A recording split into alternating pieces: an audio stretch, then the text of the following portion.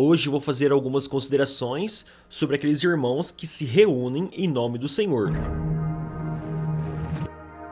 Para isso, eu vou ler aqui um artigo, um pequeno comentário que o Mário Persona fez ali no seu Facebook. E eu vou usar o comentário dele porque ele tem se tornado o maior divulgador desse movimento, que se reúnem em nome do Senhor. Não são pessoas que têm uma denominação, não reúnem em grandes templos, às vezes pequenos templos, mas normalmente as reuniões são feitas dentro de casa. E vou dar algumas informações no continuar deste vídeo, ok? Mário Persona, eu não gosto muito de falar sobre ele, porque eu gosto muito dos estudos dele, respeito muito ele, mas é justamente por esse motivo, por ele ser o maior divulgador desse movimento, eu gostaria aqui de fazer algumas considerações. No dia 31 de agosto, às 3h46 da tarde, uma pessoa fez uma pergunta, né, ele escreveu aqui: já li os livros de Bruce Einstein e Edward Dennett. O que você acha dos textos de William MacDonald? O William MacDonald, ele também fez parte, né, do Brethren Movement, ou Brethren Church, movimento dos irmãos, que hoje aqui no Brasil uma dessas ramificações é a casa de oração.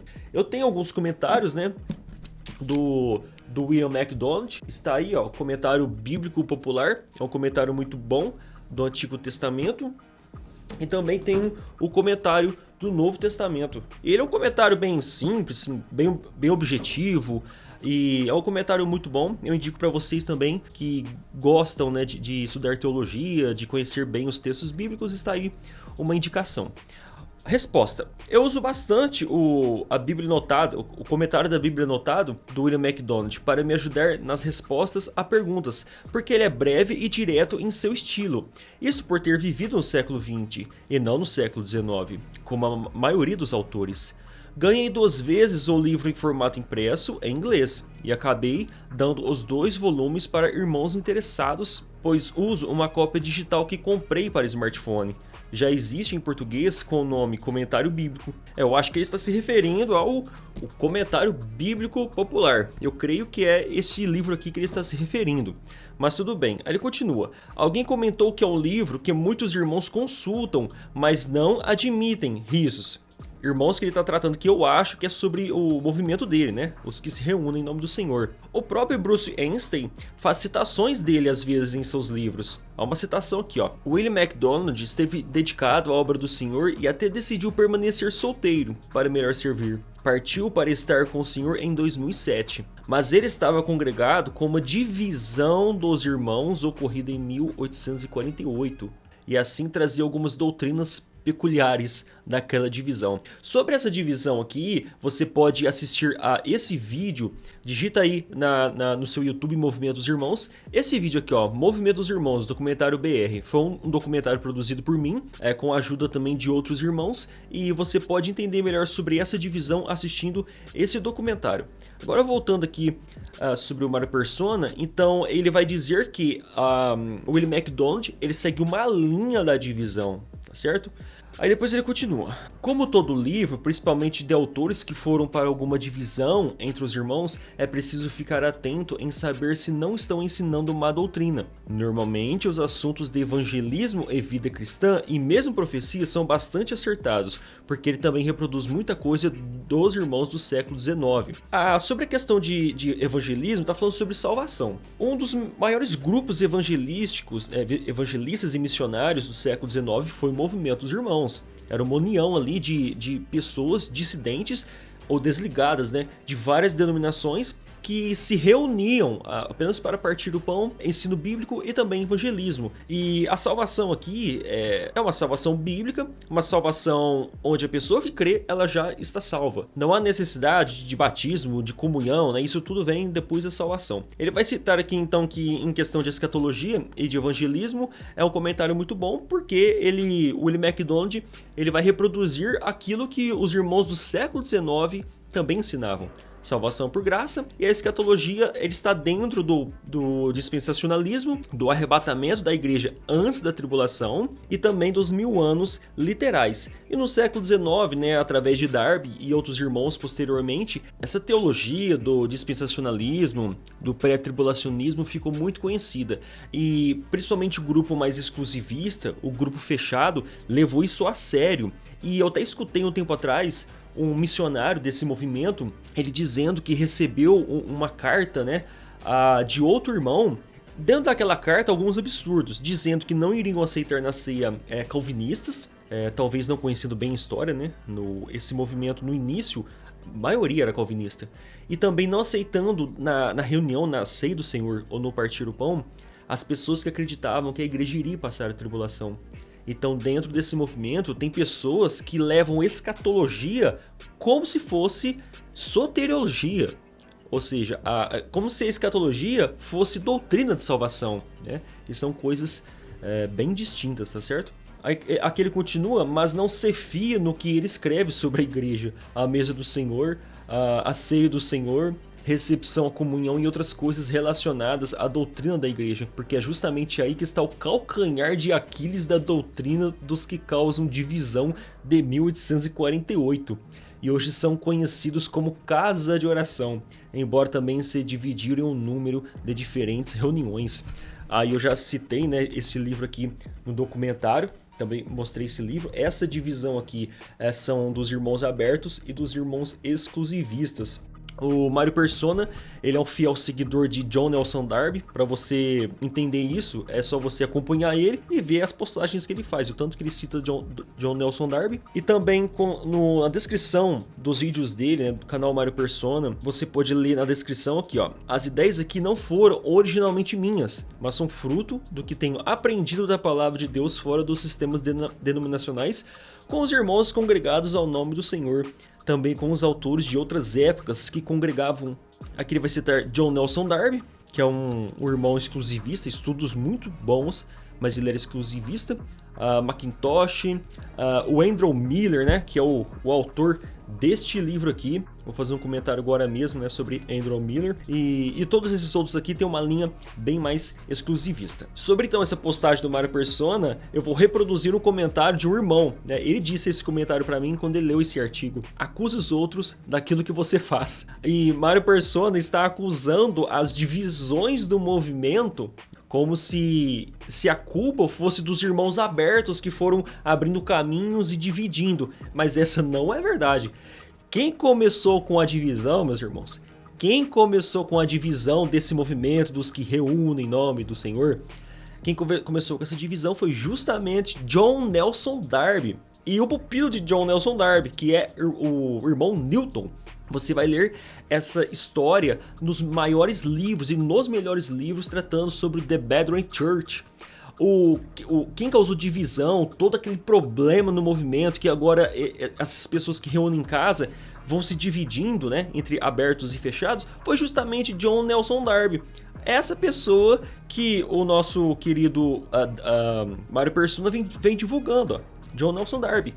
Todos esses aqui são irmãos exclusivistas, e a divisão em 1848 você pode depois assistir no documentário do Movimento dos Irmãos, esse que eu citei agora mesmo.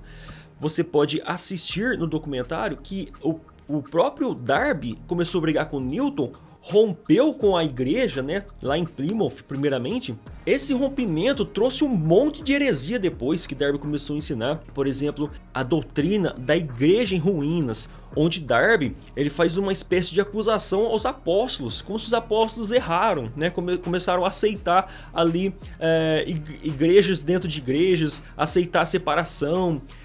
E quem vai fazer um comentário desse aqui, eu não consegui achar dentro do livro, mas Norman Geisler, na Teologia Sistemática, nas últimas notas, né, segundo aqui eu peguei esse artigo no Centro de Pesquisa Apologética e Doutrina, ele vai dizer aqui, ó, o erro de Darby. A doutrina de Darby sobre a igreja na ruína é um dos grandes erros que Darby cometeu. Darby nega que hoje as igrejas visíveis de Cristo acabam dizendo que os apóstolos fracassaram, e muito por aí. Darby escreveu: não é minha intenção entrar em grandes detalhes, mas simplesmente mostrar que cada caso houve um total completo fracasso com os homens de respeito, embora a paciência de Deus pudesse tolerar pela graça e dar prosseguimento à dispensação na qual o homem fracassou no princípio. Ele apontou para o suposto fracasso dos apóstolos em manter a grande comissão, de forma que a igreja que foi reunida abandonou a fé do evangelho e retrocedeu, tornando-se tão ruim ou até pior do que os pagãos. O Darby ele cria na igreja em ruínas, onde Deus, através do Espírito Santo, escolhia os apóstolos. E esses apóstolos, então, quem formavam aquelas igrejas. A partir do momento que os apóstolos morreram, não existe mais ancião, não existe mais presbítero, não existe mais essa ordem eclesiástica, né, que nós vemos ali no início da igreja, né, ali no primeiro século. Então, hoje, uma igreja se reúne ali para partir o pão, não precisa de ter pastor, não precisa de ter presbítero, não precisa de ter templo, não precisa de nada. Isso tudo acabou com a morte dos apóstolos. Então, não há uma organização eclesiástica. Então, Darby, ele é totalmente contra a eclesiologia clássica, né, dentro da teologia. Em certas partes, algumas coisas eu concordo em relação a pastores e tal, né? Isso a gente trata em outros vídeos. Mas Darby, ele só começa a ensinar isso à igreja em ruína depois que ele e Newton começam a brigar. Ele percebe que Newton tinha muito mais influência no movimento, né, dos que reúnem em nome do Senhor. Newton, e justamente quem colocou Newton ali como um presbítero ou como um ancião? Darby. Darby coloca um ancião ou um presbítero, você vai ler isso através de William Conard. Darby coloca Newton como ancião, Newton começa a pregar umas heresias, em vez de Darby ensinar e essa briga, né, e ficar entre os dois, ele começa então a dividir as igrejas entre exclusivos e irmãos abertos.